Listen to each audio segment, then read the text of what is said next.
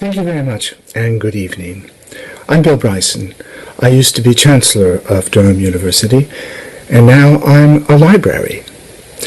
But I'm here this evening as an interviewer. It's my great honor that I've been asked to put a few questions to our very special guest, the very distinguished Durham alumna, Alison Gowman. Alison, as you may know, is a figure of great eminence and tireless good work in the City of London. So let's pitch straight in, shall we? Alison, good evening, and welcome to our virtual dinner. Why don't you start by telling us just a little bit about yourself, where you come from, how you came to Durham, and what you read there, and what you've been doing with yourself ever since. Thank you very much indeed. It's absolutely a delight to be here and to be interviewed by you, and thank you, Graham, so much for thinking this up. It's really a delight to share this evening with so many Durham alumni, even though we are virtual. And to talk about Durham is an absolute delight. I've got to say I was a bit boring. I always wanted to read law somehow. I wanted to be a lawyer and I wanted to work in the city, and it all really came true. But Durham was a very important part along the way. So when I was at my Kent Grammar School, filling in my UCCA form, as we then had, I actually put, I'm afraid to admit, Durham 5th. And I actually put St Aidan's College. And then somehow that form got lost before I had to submit it. And when I resubmitted it, I decided, no, I was going to try a college that was then mixed, Van Mildert. And really, that was just the best thing I could ever do.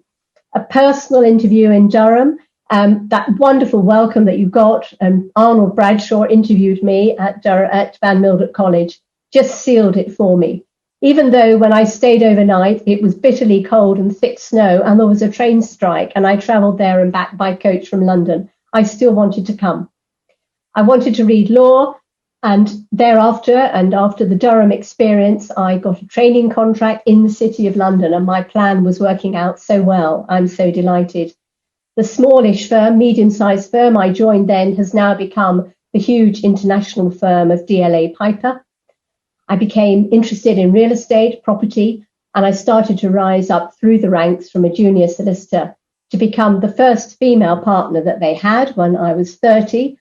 And looking back, I was one of the few female partners in the city at the time.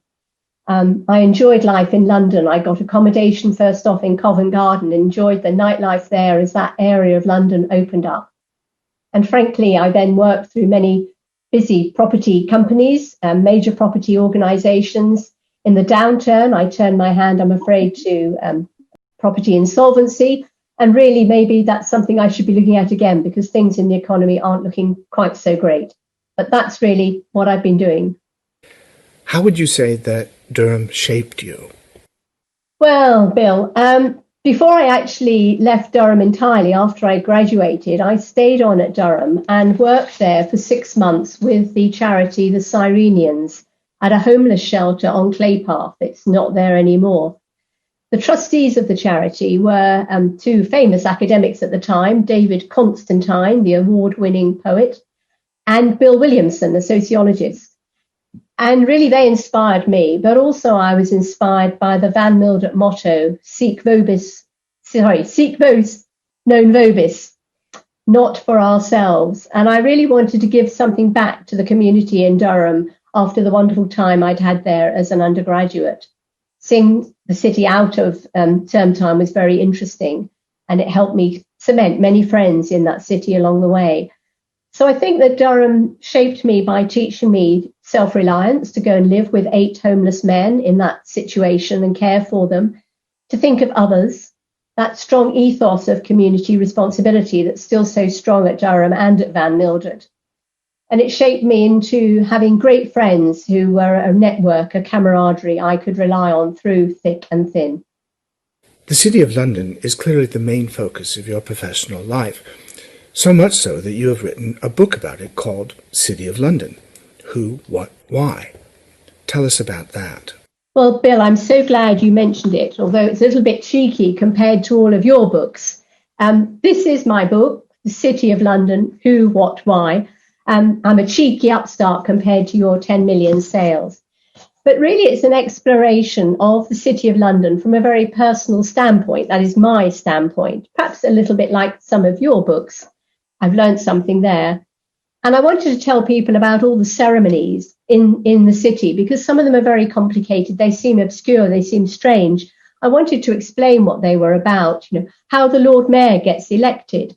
And this week, in a normal year, we'd have had a celebration in the Palace of Westminster of the Lord Mayor getting approval from the Queen, a ceremony with the Lord Chancellor that ends, strangely enough, with a loving cup and everybody having a warm shortbread biscuit. Well, who'd have known? Well, you would know because you'd have read my book.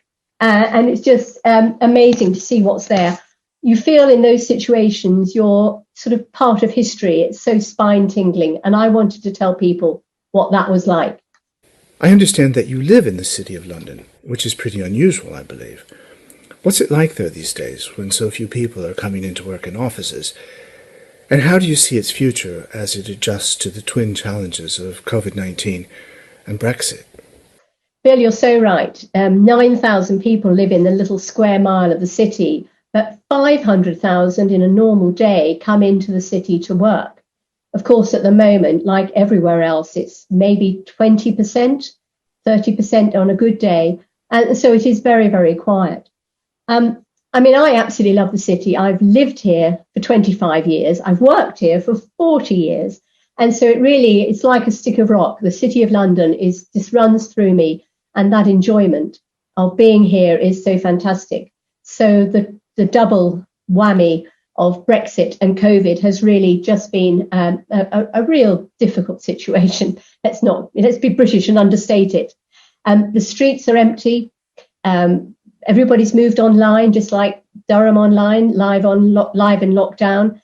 And we've moved 10 years in something like 10 weeks. So haven't we? Sort of all of that online capability has been working. And many, many businesses in the financial and professional services, which is the majority of the city, they have actually coped well. It's fair to say the businesses are generally thriving, etc. But there are things that are unseen.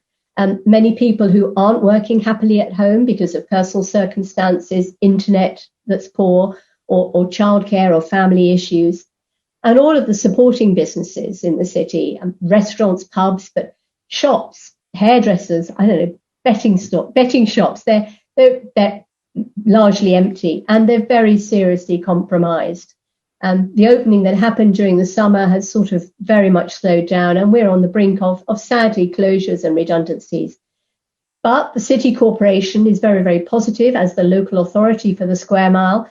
We issued a report yesterday with Oliver Wyman and Arabs about the future of the city, London Recharged. And perhaps I should post the link in the chat room, because it's a really exciting vision of how we can actually restart what's there. There's so many good things. The bedrock of the city is there. We've suffered disasters, plagues, fires, etc. in the past. But actually, we need to galvanise, looking at what's important, supporting SME businesses, ensuring that the city is still open. It's a great place to work and live, with open spaces and help and inclusivity for those who want to come in and make a future here in the city. I'm very positive about that, but we need to focus and get on with it now. I'm told that you are standing to be sheriff of the city. Now, where I come from, sheriffs wear badges and carry firearms. I imagine it's somewhat different in England. So what does a sheriff in the City of London do? Well, if this had been a different time, we'd have all been enjoying perhaps the port after a wonderful 3-course dinner at the Caledonian Club, and you might all be a bit squiffy, but I would still be nervous about talking to you. And I would have been, in the other times, this other year, the sheriff even now. But the role has been postponed for a year, so I hope to take up that role next September. I won't be coming back to speak to you again. I'm sure you'll have another and even better guest next year. Graham's very good at that. But let me tell you what a sheriff in the City of London does. I can tell you, Bill, that we do wear a very, very big badge, which is specially made for us each year. And we do occasionally have a sword, but we don't ever use it in anger. But there are 2 sheriffs each year in the City of London, and they're chosen by the livery companies. We're nominally in charge of the Old Bailey, the Central Criminal Court. So like the historic role of the sheriff, we're responsible for keeping the peace, being the Queen's representative. And there's a very formal role in that around ceremonial, greeting, visiting heads of state when they come to London and taking part in many, many events with the Lord Mayor. But also sheriffs, we're actually working in a business sense with the Lord Mayor, because the Lord Mayor's role is very seriously business orientated to promote financial and professional services. And the sheriffs work alongside. And the sheriffs who have been alderman and sheriff are those who might go on to be Lord Mayor. So we're learning the job on the job, like an apprentice, but hopefully promoting the city in all that we do, and promoting the rule of law, which as a lawyer, I feel very, very, very happy to do. One of your other very important interests is the City Bridge Trust. Tell us about that. Well, the City Bridge Trust may not be on everybody's lips, but let me tell you, it is the charitable arm of something called the Bridge House Estates, which is in the top 10 sized charities in the UK. The trustee is the City of London Corporation, which is why I've spent 8 years now as chairman and deputy chairman looking after the particular fund that gives away money. And it's got a fantastic history, as everything in the city does. The history is that in the 12th century, Londoners gave money to London Bridge to be rebuilt as a stone bridge. And the money from that fund was well looked after, has grown and grown. It's a fund of about £1.4 billion now. And of that, after we've looked after the 5 London city bridges that are kept up with no cost to the public purse, we then give away about £25 million to charities across Greater London, helping those who are most disadvantaged. We look to create a city that's thriving. And at the moment, that is really desperately needed. We've increased the amount of money we're giving away to those charities who are very seriously affected by the COVID pandemic. They've lost a lot of income, but in fact, the need is even higher there, as you will, I'm sure, know, food banks, the mental health, loneliness, and various other disadvantages that people have. And we're working hard to make sure we can do all we can to create a city where everyone can thrive. What are your ambitions now? Well, I've already hinted that I would hope, once I've been sheriff, to go on to be Lord Mayor. But let me talk about the more immediate future, because I've been very involved for a long time about creating a sustainable city, sustainability and green, and working towards making a really fantastic city against the whole potential adverse impact of climate change has been a thrust of my work.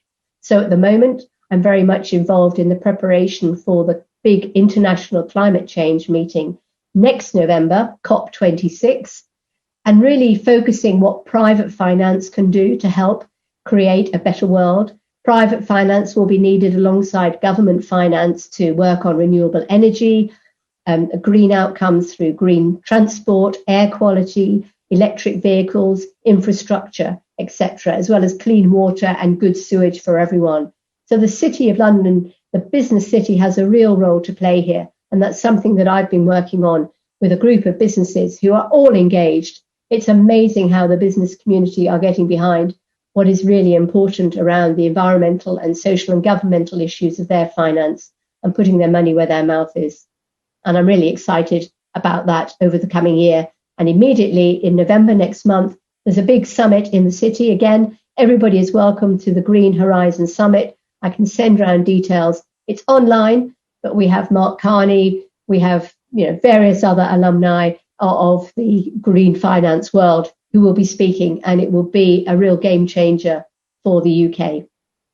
Coming back to the topic of Durham, how can the community of alumni help you? Well, it's a very kind offer, Bill. Thank you very much indeed. I hope I can promote Durham during my time as sheriff and in the future, just as we've heard William Russell and Hillary, who's on the line, have also been promoting Durham. But with my ideas that I want to propose through my time as sheriff, which are around property, philanthropy, and purposed finance, green and sustainable finance, I hope that maybe some of the alumni on this call and others who are friends of mine already will be able to help me in promoting those ideas. And I hope that as I travel potentially around the UK, but also very much internationally, I'll be able to meet some of the Durham alumni, promote Durham and the Durham difference, and make sure we make and create together a better place.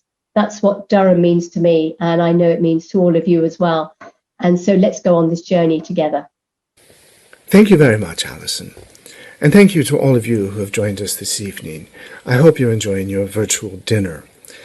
We are certainly very grateful to you for supporting Durham, especially in these challenging times.